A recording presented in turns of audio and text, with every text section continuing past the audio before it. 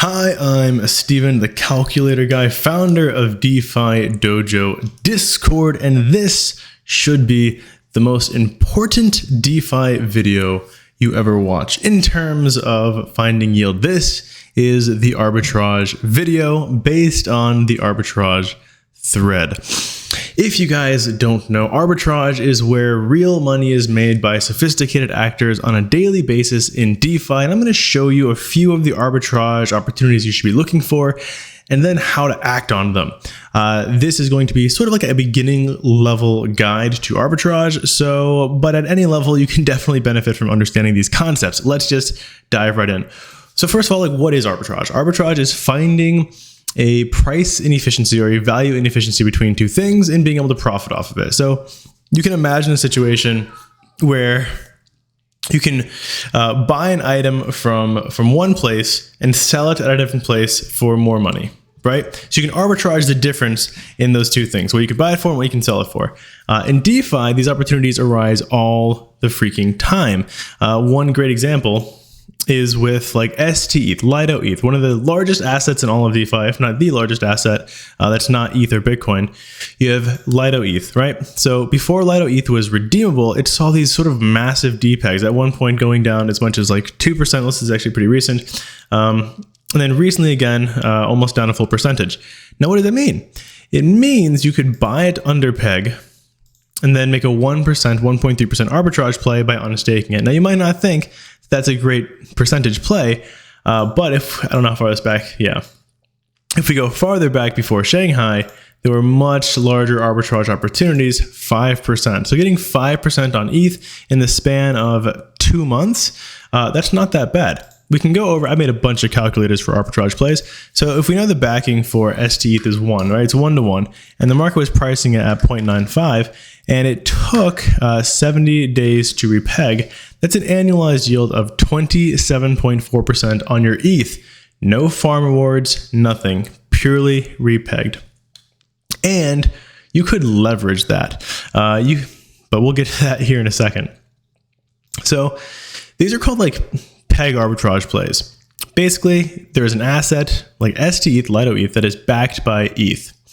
And for whatever reason, it is trading below its backing value. Now, this happens commonly for a few reasons.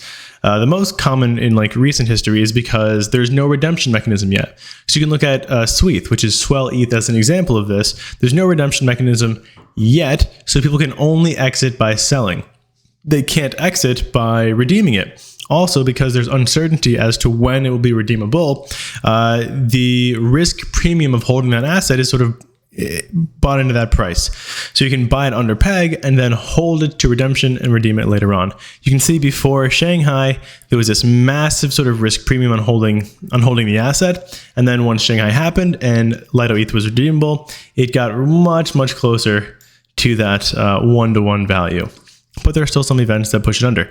Let's look at a few other examples of this. So Cream ETH is this really interesting asset, now soon to be MEV ETH or Manifold ETH, where there was a whale who wanted to exit their position and started dumping it on the market because there was no other way to exit, right? There's no redemption mechanism, but you can look on chain to see 100% of the backing is held in a multi-sig wallet, fully safe. So theoretically, this was trading way under backing, right? Up to at one point 30% under backing.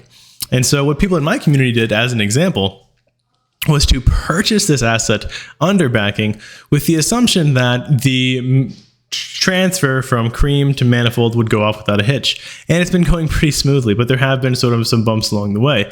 And you can see if we take a short term, let's say like just to this spot here, that's 30 days, 40% increase in price. So you could annualize that if you want to. You could say roughly times 12, 40% times 12. I want to say that's 480% annualized, but it's 40% ROI on ETH in 30 days. So that was a really fun play. Great arbitrage play. Again, what we saw was you have to do your diligence here, right? You can't just say, oh, something's under peg, let me go buy it. You have to say, okay, it's under peg. Well, why is it under peg? So we found out who was selling the asset. We found out they weren't a team member. So it wasn't like there was internal FUD and it was time to exit because the team was jumping ship. It was this large sort of whale who had held this for an incredibly long time. And it looked like their account was just being liquidated. It looked like it was some sort of corporate account. And so we said, okay, well, it's not the team. The team is still responsive. They're communicating to the community. And one of the team members from Cream started buying this, so even they saw the opportunity. So we said, okay, well, all of the green flags are there. Let's go. Let's start to ease into this position. And it was a great one. Another one is Geth. This one I will not say was as great nor as risk-free, but this is one that I noticed. Guarda ETH. So Guarda has their own wallet. They also have their own liquid staked version of ETH. I noticed that they were trading sort of substantially under peg for a while. Like this was way under peg, but I picked it up more recently because they opened up the redemption mechanism. So after they opened up the redemption mechanism, I thought, fantastic. But it went down as far as like 13% under peg. So I thought, great opportunity to buy. Why not? And then I quickly realized that Guarda does not just have a free-flowing redemption mechanism. They top up the liquidity to redeem just randomly without really giving you anything more than a day's notice. And when they do that, people are quick to redeem. So the arbitrage opportunity has a lot more risk to it, and the liquidity is super thin, and it's only in the 1% fee tier. So there are all these additional factors you have to consider with these sorts of plays, but these plays are still, as I say, generally pretty profitable. So I made a 5% profit off of my arbitrage play with this one. I think I bought around 0.92 because there was a 1% swap fee to enter. And then I paid gas on entering and exiting. I think I only had like a 3 ETH position, but 5% over like, I don't know, 1 month time frame, 20-day time frame is pretty good, right? So we can plug that into the calculator if you want. The backing was 1. I bought it roughly at, we'll just say 0.95, and it took me 30 days to realize that's 64% annualized. It would have taken me less time, but I made some hardware issues on my side. Made some critical mistakes, but still got to do the arbitrage happily. So this one I can't recommend. I don't think it was the smartest arbitrage play because I did sort of ape in before I checked the backing. We did finally find the wallets that sort of had the backing, but it did not have a good order of operations there. There was also the BNBX play. This was a really, really interesting play. At one point, BNBX was 90% under peg, but still fully backed. So the trading price of this asset was 90% under peg, but you could see on chain that it was still completely and fully backed. So what happened? Well, Anchor BNB got exploited, and there was a 3 pool with Anchor BNB, I think Wrapped BNB, and then Stater BNB or BNBX. When Anchor BNB got exploited, it dragged down the value of BNBX. So Anchor BNB, they're just getting minted into infinity. People are just like dumping onto the market. And because this is a 3 pool trying to balance, it just pulled down the value of BNBX. So people in the Discord, in the DeFi Dojo Discord, quickly did some analytics or did some wallet scanning, saw that it was fully backed and also fully redeemable on the Stater website, and started buying this thing up as fast as they could. Some people made multiple X's, 3, 4, 5 times their initial deposit. I think the average was like a 20 to 35% profit play on that, and just did, wonderfully well. Also, some people who bought Anchor BNB could have done okay because they were eventually compensated by the Anchor team.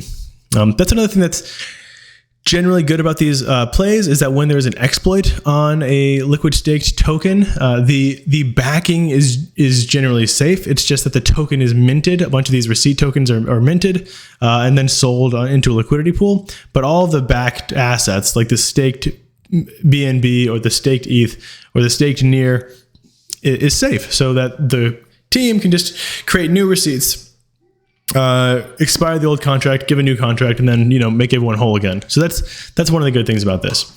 Okay, last one about peg arbitrage. Stable coins also depeg. We saw a USDC depeg not too long ago, down to like 10% discount, right? This was when there was that Silicon Valley Bank FUD, and many people were just trying to dump USDC as fast as they possibly could. Not a great idea though, because if you just did a little bit of diligence and research, you could have said, okay, well, right now it's trading at such a discount that even if Silicon Valley Bank did go under and didn't redeem anything, which was incredibly unlikely, USDC is still backed enough to compensate most of the peg, more than what their value is. So many people were able to take leveraged long positions on USDC as it was depegging and just make a great sort of a great return there. Now you don't want to do too much leverage because the markets are irrational and it could have depegged farther. I think it went down as far as like 11% off. Whereas like if you started leverage longing here and it kept going down, you could have gotten wrecked. So do play these safely. Understand the markets are not always rational, but if you can do the math and see what the backing is of an asset, it will almost always get back to what its backed value is. So that's sort of where the alpha lies. Now that's the first type of arbitrage, peg arbitrage. The way to look for these is just to look for liquid wrapped assets or assets with a backing and just scan them every now and again. The best opportunities are often like black swan events, when something sort of horrible happens and everyone is selling their token with illogical fear. And if you can go and you can check to see if the backing is still there, and it is, and the teams are calm and collected, and there doesn't seem to be any happening on the asset or on the backing itself, it's usually a good time to buy the asset. All right, let's talk about funding rate arbitrage. So I love funding rate arbitrage. I like funding rates. I think they're great. If you don't know what funding rates are, they're basically the price paid or the value paid to have a perpetual position open. Now that can be paid from you or paid to you. So if the price on a perpetual exchange is just like taking leveraged positions on assets. If the price of that leveraged position is above what it should be, so let's say like Bitcoin's trading at $30,000, but on their perpetual exchange, it's trading at like $30,500, right? The exchange is going to incentivize people to open up short positions to bring that back down. So what that means is longs are going to be paying shorts to get back to parity effectively. And in the meantime, the shorts will be getting money, like to have those positions open, which is great because there will be positive funding. And so during this time, you can arb this opportunity, right? You can arb this opportunity in two ways. One, if there's a major difference between index and market price, you can arb that difference. But funding rate arbitrage is arbitraging the funding rate. So let's go to compare again. Let's check out some funding rates. So this is a phenomenal tool that the community sort of built. The DeFi Dojo community is like the greatest community in DeFi. You guys already know that. But this is a tool that we've all sort of worked on together. I've sort of built out some of the user interface, the community built out the functionality, and I added a bunch of calculators to it just for arbitrage purposes. But we have a few exchanges here. Most of these are accessible to everyone in the world, which is nice with the VPN, at least. And you can see what the annualized funding rate is and like the 10-day average. You can change this as well, but 10 days is a pretty good idea. So you can see here, we have a negative funding rate and a positive funding rate. Now there are two types of funding rate arbitrage you can do. One is just like rate to rate. So we have hyperliquid at negative 19%, which means that if it's negative, longs are being paid. So if you're longing Atom, you're getting paid 20% to long Atom with 1x leverage. If you're 2x leverage, you're getting paid 40% to long Atom and 2x. And then on Apollo, as an example, or DYDX as an example, you're getting paid 11% to short. So hopefully you can start to see the strategy here. You can long on Hyperliquid and get paid 20% and short on DYDX and get paid 11% and be completely delta neutral, which means that you're not exposed to market volatility at all. It doesn't matter what you feel about Atom because you're not really exposed to Atom. You're short and long an equal amount. So as one position goes up, the other one goes down, and your net position is still equal, but you're getting paid 20% and 10% on those two assets or on those two positions the entire time, usually either hourly or by every 8 hours, depending on how the funding rate works on those exchanges. So let's just type it in here. I use 2x leverage, sometimes 3x leverage, depending on how stable the asset is. Atom is about as volatile as I would get at 3x leverage. any like more volatile asset than Atom, I'd only do 2x or 1x leverage. And if it's like ETH or BTC, maybe I go 4x, but never past that because any asset in crypto can go over 20% in a relatively short amount of time. So let's just say 2x, be pretty safe. Let's say I'm longing on Hyperliquid and I'm shorting on DYDX. Your delta neutral position is going to be 30.42%. Amazing. Now, there's also cash and carry. This is a very common form of arbitrage where you're arbitraging effectively the rate to hold an asset, to be long on an asset, which is generally zero, right? Just holding it doesn't cost you any money. And then shorting it, the value you get from shorting it. So in this case, right, you might short on DYDX for 11%. So let's just do basic cash and carry. You get 0%, but you're shorting on DYDX with 2x leverage. It's a 7% yield. Now, let's spice this up a little bit, right? Because we know we can get a spot yield on Atom in DeFi. How? Many, many, many ways, right? You can go LP, ST Atom, Atom on osmosis, or Q Atom, Atom on osmosis, or STK Atom, Atom on osmosis, generally for around 30-ish% APY. You can loop it on UMI for around 35% APY, or you can go on Levana, and I'm not even going to tell you the APY over there because it's nuts. But there are many different ways you can get a yield on Atom. So let's say you're getting a yield on Atom, it's around 35%. So your spot, your long position can get 35%, and then your short position is, roughly 22% on half the capital required for your long. Your total APY there is 30.7%. Again, delta neutral. So pretty good. You're less exposed to leverage. You're only using 2x leverage on the short, no leverage on the long, and still getting 30% on your overall position. These are great delta neutral positions. They don't scale incredibly well because perpetual exchanges tend not to be able to handle just like absurd amounts of size. But as a rule of thumb, like $10,000 position, $30,000 position, if you scale in slowly, these should be able to handle those. And if you want the more exotic types of arbitrage here, you're probably going to be looking more at like the peg arbitrage or some other, we'll get to the next one, lending rate, interest rate arbitrage. So the next one is interest rate arbitrage, the one I just mentioned. Let's look at a sort of extreme example of this, and then let's look at like more calm example of this. So lending rate arbitrage or interest rate arbitrage is when there is effectively like a risk-free rate on an asset, risk-free interest rate. So you might think like the risk-free interest rate of ETH is around 4%, right? You can stake your ETH. It's not very risky. You can do it with Lido or Rocket Pool or Swell, whatever it might be. And you can get roughly around 3.5 to 4.2%. So that's like the risk-free rate of being long on ETH.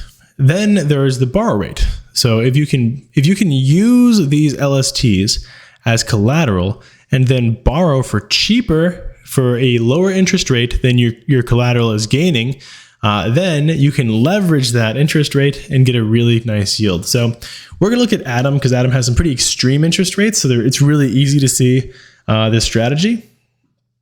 So look, ST Atom has an intrinsic yield of roughly 20%. I mean, we can look this up. It's not too hard. This is a Stride Atom. We'll just go to the website. Usually I would use DeFi Llama, but I do know app.stride.zone is going to be the right address here. I like to use DeFi Llama for like virtually everything because it makes it clear that I'm using the right links, and links can be deadly approve. Okay, so let's look at this. So Atom has a 19.5% intrinsic yield. So ST Atom is increasing in value relative to Atom at a 19.5% interest rate. Awesome. Fantastic. What you can do is collateralize that. So it's effectively Atom, right? Getting 20%. You can collateralize that. It's still getting 20%. And then borrow Atom against that for 9%. I hope you're starting to see the strategy here. So your collateral is getting 20%. Your debt is, you have to pay 10% on your debt, but what can you do with that debt? Well, you can convert it to ST Atom, add it as collateral, borrow more, convert it, add it, borrow, convert, add it, and you're leveraging up the difference between the staking rate, which is 20%, and the borrow rate, which is 10%. So of course I built a calculator for this. Over in calculators, this is basic leverage. So your borrow cost is, let's just say 10%.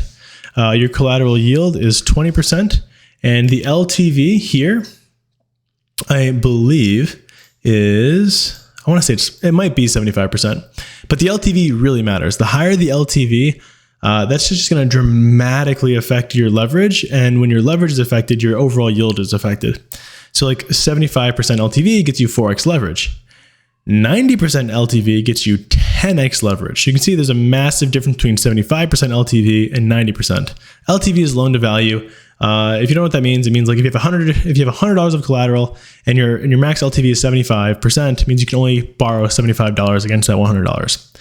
Okay, so let's look at SG Atom LTV. 69%, so 70% roughly. That's kind of annoying because lower LTVs mean lower yields, but let's just be honest here, 69%. Okay, so your max yield here is still 32.26% on your long. That's pretty good.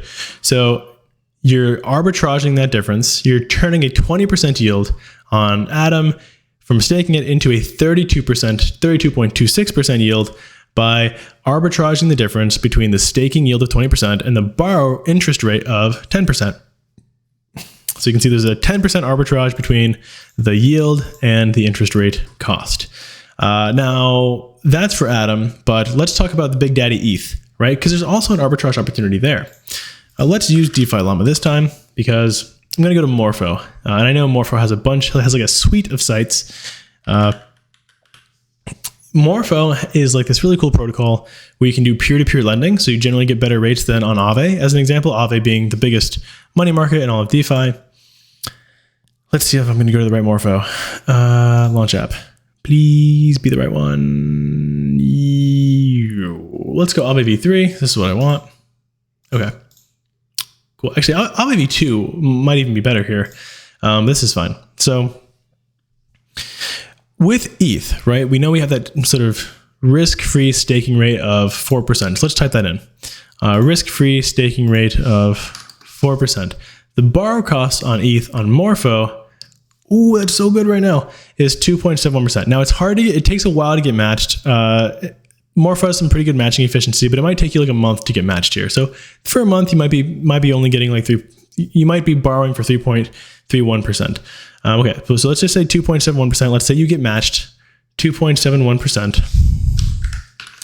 Now, the really cool thing about Aave v3 is that the LTV is so high. I think it's like 93%. Let's see if it tells me. No, 90%. Liquidation threshold is 93%. So you have this nice cushion between your max LTV of 90% and liquidation. So remember, 90%, that means 10x leverage, which is really cool. So 90% means that you can get 12.9% yield on your ETH by leveraging it on Morpho. Now, granted, it takes a while to get matched. If we're using the current, which is like what, 3.31, I think they said, it's like a 7% yield, but 7% yield on ETH is still really good. So like, again, the basic idea between interest rate arbitrage is knowing what the risk-free rate is and seeing if there's a borrow rate lower than that, and then using that risk-free interest rate in some form of collateral, borrowing against it, converting it to that LST, and then sort of looping that opportunity to leverage up the arbitrage, which is here 0.69% difference between the borrow and collateral yield. So that's the other form of leverage. So we've been over funding rate arbitrage, interest rate arbitrage, and repeg arbitrage. Those are the major forms of arbitrage you're going to see in DeFi. There are some other forms with like fixed rate yields, utilizing Pendle, or what was once Flash Stake. I think they're going to be called Epoch now. But I think those are slightly more complex, and we will get into those another day. So I hope you enjoyed this video. If you want access to these sorts of strategies and like when they're available and who's talking about them, go ahead and join the DeFi Dojo Discord, where we talk about strategies all day long ad nauseum. It is the best place to be for DeFi strategists. If you're like a builder or a smart contract developer, there are other places that are better than the DeFi Dojo. But if you're a strategist, specifically looking for yield, looking to discuss yields or find yields, the DeFi Dojo Discord is bar none just the best place to be. Of course, you know, I am the founder, so I'm biased, but the people there, they're smarter than me. They're like more researchy than I am, and just talented, incredibly smart. I love the place. So anyways, go ahead, join the DeFi Dojo Discord. 7-day free trial. If you don't like it, don't pay for it. Leave. You can even be in the free section. Not as much alpha or content there, but still a pretty good place. So link in the description.